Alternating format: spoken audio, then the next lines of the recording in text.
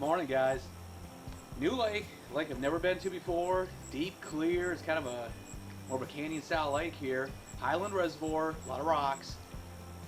November, I'm wearing shorts, a short-sleeve shirt. It's going to be like mid-80s today, but a cold front's coming. Coming this afternoon, a bunch of rain coming. We'll see what happens, but it's kind of these clear water lakes. Usually works out pretty well. I'm going to grab a jerkbait. I'm going to get a medium running crankbait, natural colors, and a finesse jig too. Probably those three things, unless they're schooling, maybe a topwater too, but I'm thinking that's probably all I need. Just going to cover a bunch of water. We get a little bit of wind, should help. A little bit of rain might be good. Lake known for a lot of fish, not big ones, not many big ones at all, but quite a few little ones. So we'll just see if we can get some action. Hopefully get a lot of bites today. And if they're ever going to be a day where the big ones are going to bite, today's the day. So hang tight, let's go see what happens.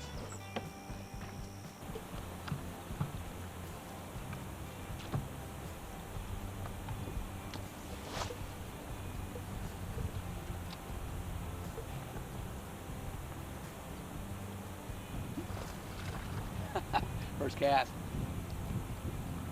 Now, there's a little flooded bush up there, and I threw it right in there, and I thought I snagged the bush, and it was a little fish.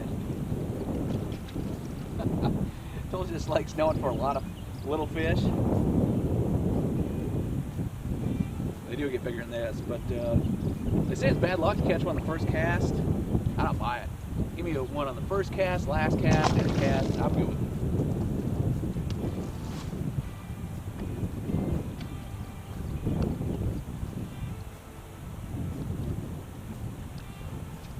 Well, actually maybe it is bad luck because I just snagged the tree now. So yeah, first cast, bad luck. I take it back. There's one tree, one bush out here in the whole point, right? Where do I cast it? Right in it. What are the odds of that?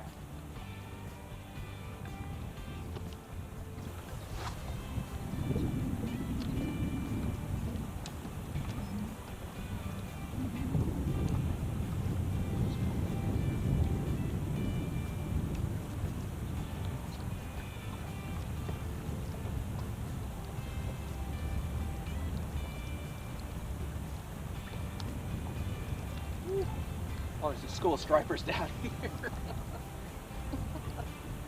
Oh my goodness.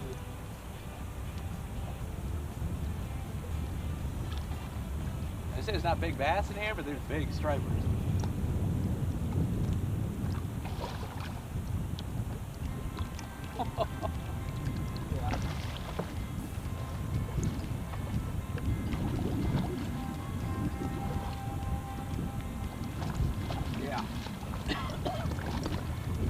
Let me get the net out for this one. What do you think? There's a whole school of them. There were like 5 fish all following it. So it's I wish it was a largemouth. It's a pretty good sized one, but all right, more.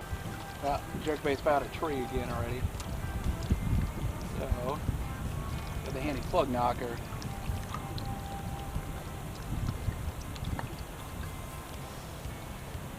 Slide her on the line.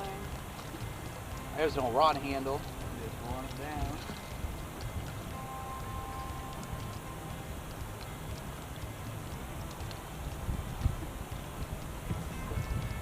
Look at that.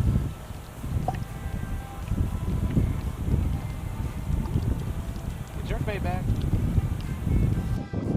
The easiest way on the plug knockers, I just wrap them around a dowel or a handle like this. And then when you want to, if you drop it, you just turn to the side. It just goes right down. Super simple and super cheap. I think guys use old fishing reels and all that stuff. Just a stick, a dowel, fishing handle. You'll just shoot it right down to it. Unless you're fishing around brush.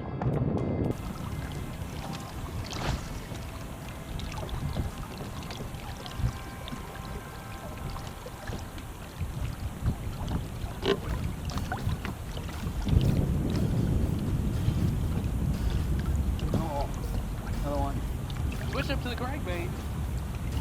Little bass. Oh, it's a little scattered timber out here. It's like crankbait. Oh, through, there it goes. But little one. But just a medium running crankbait, a shad pattern. Instead of burning it and trying to get it down, dig the bottom, with these few trees out here, I'm just fishing slow. Feel it come through the tree, ease up. and reel it again and pause it. And when you come to the timber is when they're going to eat it. So see, I'll reel it a few cranks, get it down, and you just give it a little pull to the side, right? Stop and go. Basically, I'm just going to keep reeling until I feel it starts to slow down. When it's hitting a tree, I can feel it get kind of heavy. And there's like a tree, so I'm just going to pull almost worm fishing through the tree, right? Usually when you come, you feel it, you know, it's kind of dragging through and then it clears. Usually when you clear that tree, I'll give it a little pause and that's when I hit it.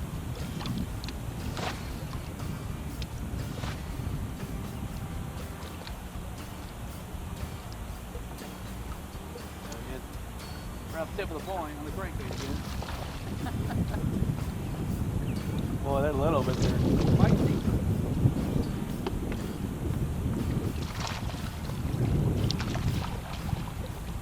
What's that? That's like, I don't know, 6-7 minutes here. That's 3 bass now and 1 big striper. Not near the size of the bass we need.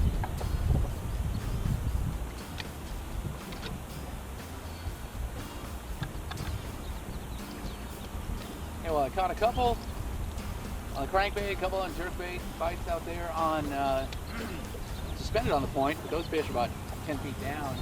See, there's some rock coming out here. See it on my graph? So go ahead and get the jig, a little finesse jig, drag that on the bottom. Out here a little deeper, 20 foot. See if we can't find a bigger fish, hold them a little deeper.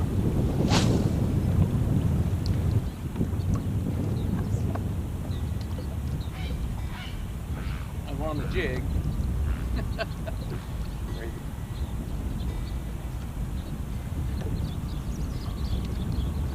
Ooh, it's a better one.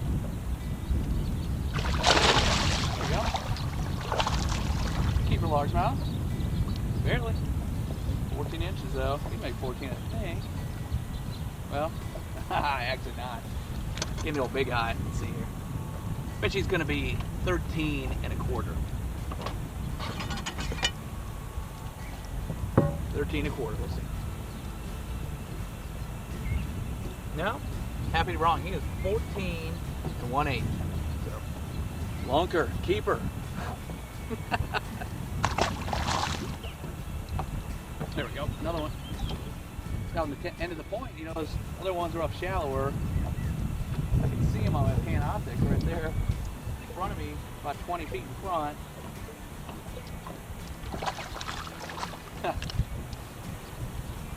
Got him. Fish hit 3 times before we got him.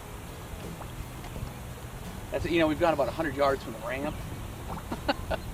This is I'm losing track now.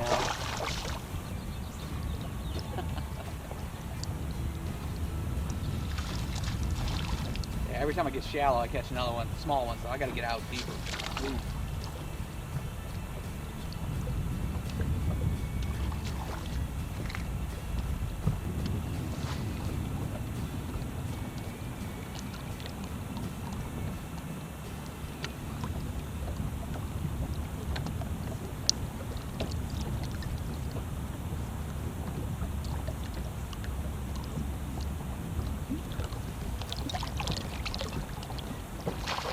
Good one, good one. Oh. That was a good fish.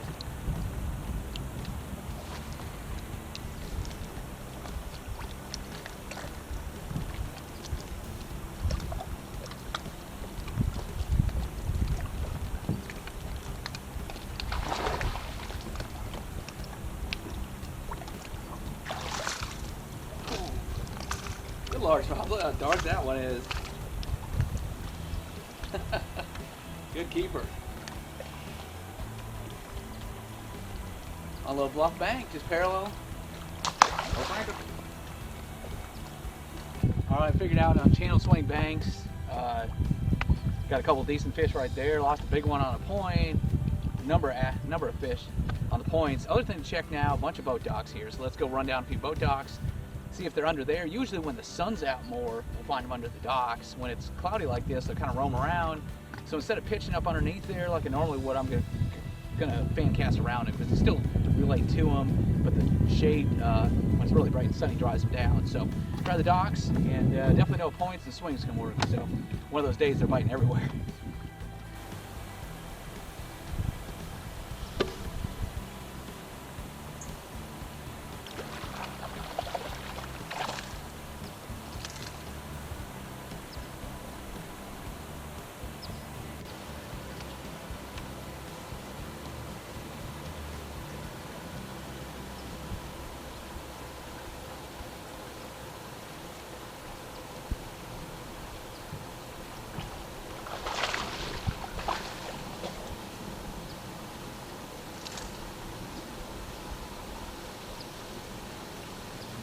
Yeah, well, there's one off the side of the dock here.